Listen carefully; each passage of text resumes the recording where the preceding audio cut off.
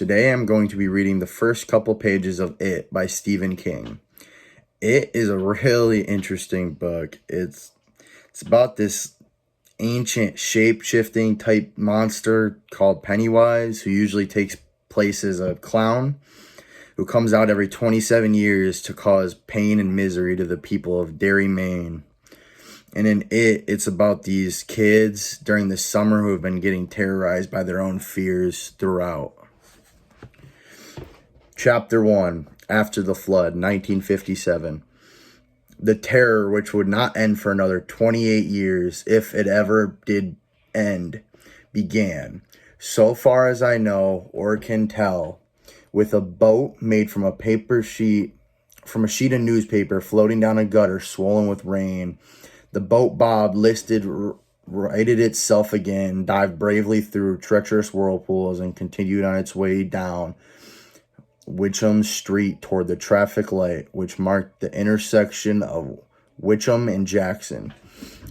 The three vertical lenses on all sides of the traffic light were dark this afternoon in the fall of 1957, and the house were all dark too. There had been steady rain for a week now, and 2 days ago the winds had come as well. Most sections of Derry had lost their power then, and it was not back on yet. A small boy in a yellow slicker and red galoshes ran cheerfully along beside the newspaper boat. The rain had not stopped, but it was finally slackening. It tapped on the yellow hood of the boy's slicker, sounding to his ears like rain on a shed roof. A comfortable, almost cozy sound. The boy in the yellow slicker was George Denbrough. He was 6. His brother William, known to most of the kids at Derry Elementary School, and even to the teachers who would never have used the nickname to his face as Stuttering Bill, who would never have used it, was at home backing out the last nasty case of influenza. In the autumn of 1957, 8 months before the real horrors began and 28 years before the final showdown, Stuttering Bill was 10 years old. Bill had made the boat beside which George now ran. He had made it sitting up in his bed, his back propped against a pack of pillows.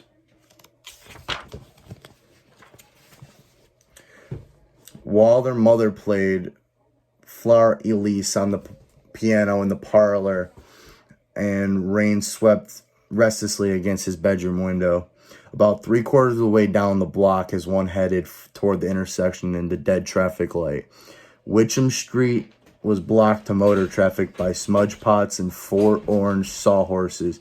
Stenciled across each of the horses was Derry Depot of Public Works. Beyond them, the rain had spilled out of gutters, clogged with branches and rocks and big sticky piles of autumn leaves.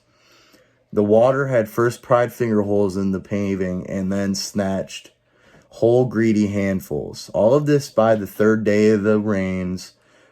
By noon of the 4th day, big chunks of the street's surfaces were boating through the intersection of Jackson and Witham like miniature whitewater rafts.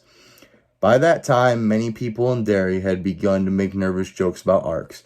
The Public Works Department had managed to keep Jackson Street open, but Witham was impassable from the sawhorses all the way down to the center of town. But everyone agreed the worst was over. The Kennisburg stream had crested just below its banks in the barrens and bare inches below the concrete sides of the canal, which channeled it tightly as it passed through downtown. Right now, a gang of men, Zach, Denbrough, George's, and Bill's fathers among them, were removing the sandbags they had thrown up the day before with such panicky haste. Yesterday, overflow and expensive flood damage had seemed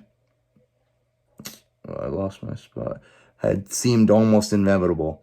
God knew it had happened before. The flooding in 1931 had been a disaster which had cost millions of dollars and almost 24 lives.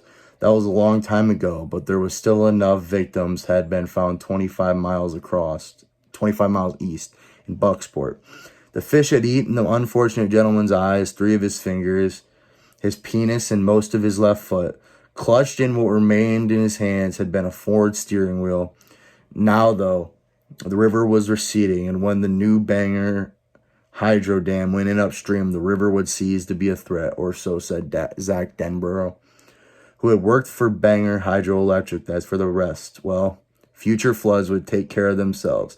The thing was to get through this one, to get the power back on, and then to forget it, and Derry such a forgetting of tragedy and disaster. That is it. Thank you for listening.